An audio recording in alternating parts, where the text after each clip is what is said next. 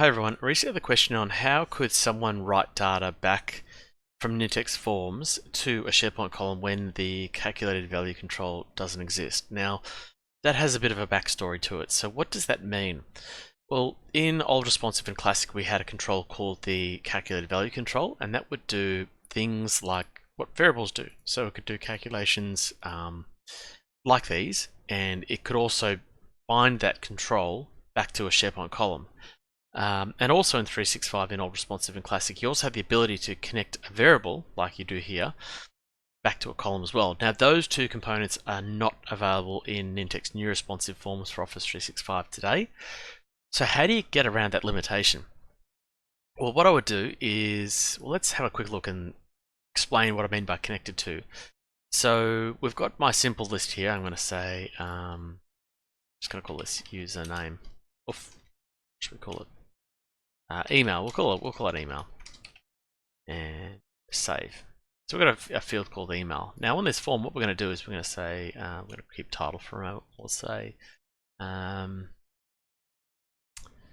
text short, and I'm going to say 1, 2. So we'll say first name and last name, and we'll keep title just for whatever reason. And what we want to do is we want to amalgamate first name and last name and show a the email this person may be getting or something like that. So what I'd do is I'd go to a variable and I'd say, okay, full email address. So first I'd say first name plus something like dot, that would do, plus last name. And then I'd do plus again. I'd go at nintex.com. Okay, so we've got a this is what your calculated value control would do, some sort of calculation like this. However, it would be represented on the form potentially. So, but then calculated value is not editable, so it's just a reference piece of data. So there's a few things we could do here. First is we could go and press create, and then we could go back to designer. So someone puts in first name, last name. Now we might just want to show it as a label, so you can come through to here and go insert, insert the full name, full email address, or you could also, you might also want to show something like an email control, and we could bind that to the email. Oh, so I've got to publish, and the reason why I can't see that is because the column was created after the designer loaded.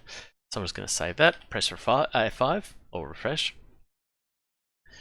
And what we do here is get the email control, and we're going to connect that to email.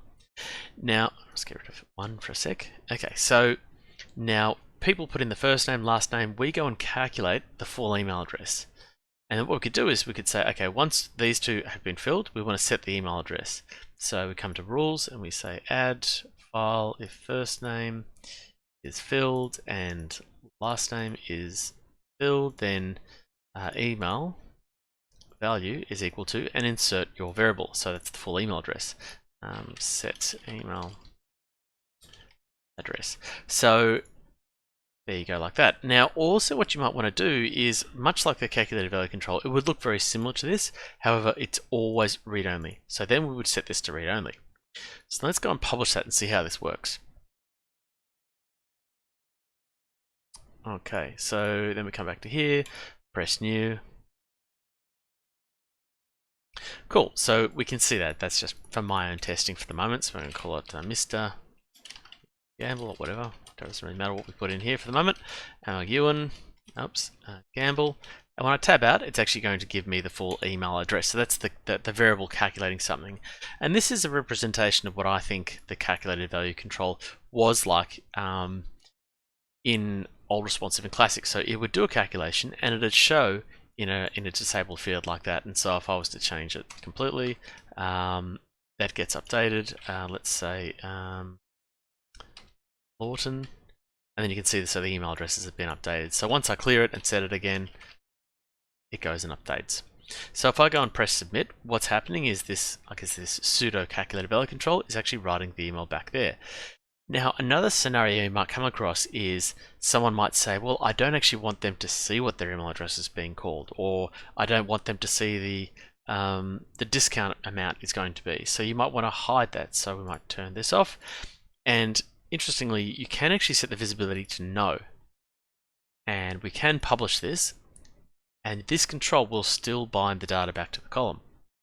So you might be doing some sort of calculation, you just don't want to display. So if we come back here, we press new,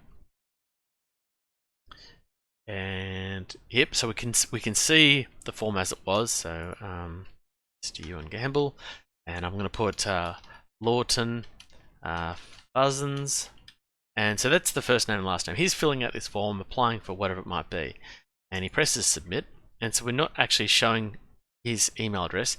However, behind the scenes, we have still built his email address of lawtonfuzzens@nintex.com, because that control is still being calculated, still value being set, it's being hidden, but it's connected so the data gets written back again. So hopefully that gives you an idea of how you could get around not having a calculated value control in Nintex New Responsive Forms for Office 365. Hope you find that helpful. Let me know in the comments. Cheers.